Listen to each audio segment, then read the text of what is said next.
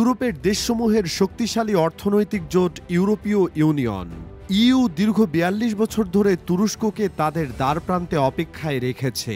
দেশটির president Recep Tayyip Erdogan একাধিকবার EU এর সদস্য হিসেবে তুরস্ককে গ্রহণ করতে আহ্বান জানিয়েছিলেন, কিন্তু এরদোয়ান বলেছিলেন তুরস্কের সঙ্গে বৈষম্যের অবসান ইইউকে ঘটাতেই হবে। সম্প্রতি ইইউতে সদস্যপদ পাওয়ার প্রসঙ্গে আবারও বক্তব্য দিয়েছেন এরদোয়ান। তিনি বলেছেন, ইউরোপীয় ইউনিয়নে আঙ্কারার পূর্ণ সদস্যপদই ব্লকটিকে অচলাবস্থা থেকে উদ্ধারের একমাত্র সমাধান। আঙ্কারায় মন্ত্রিসভার বৈঠকের পর এক সংবাদ সম্মেলনে এরদোয়ান কথা বলেন। খবরটি প্রকাশ করেছে ডেইলি সাবাহ।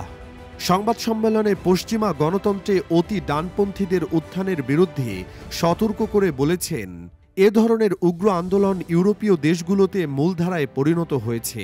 এরদোয়ান বলেন, আমরা পশ্চিমে অভিবাসী বিরোধী এবং ইসলাম বিদ্বেষী অতি ডানপন্থী আন্দোলনের উত্থানের দিকে নজর রেখে আসছিলাম।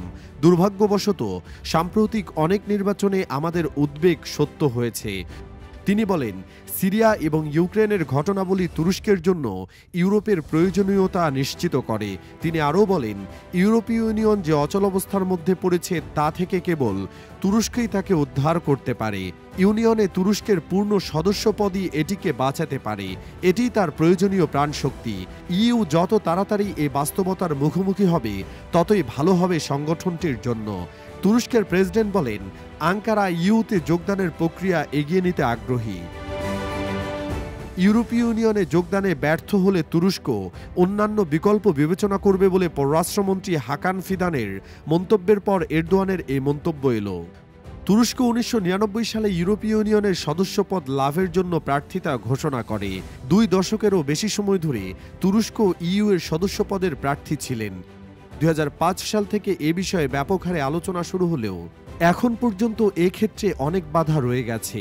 ২০১৬ সালে এসে এই আলোচনা স্থগিত হয়ে যায়।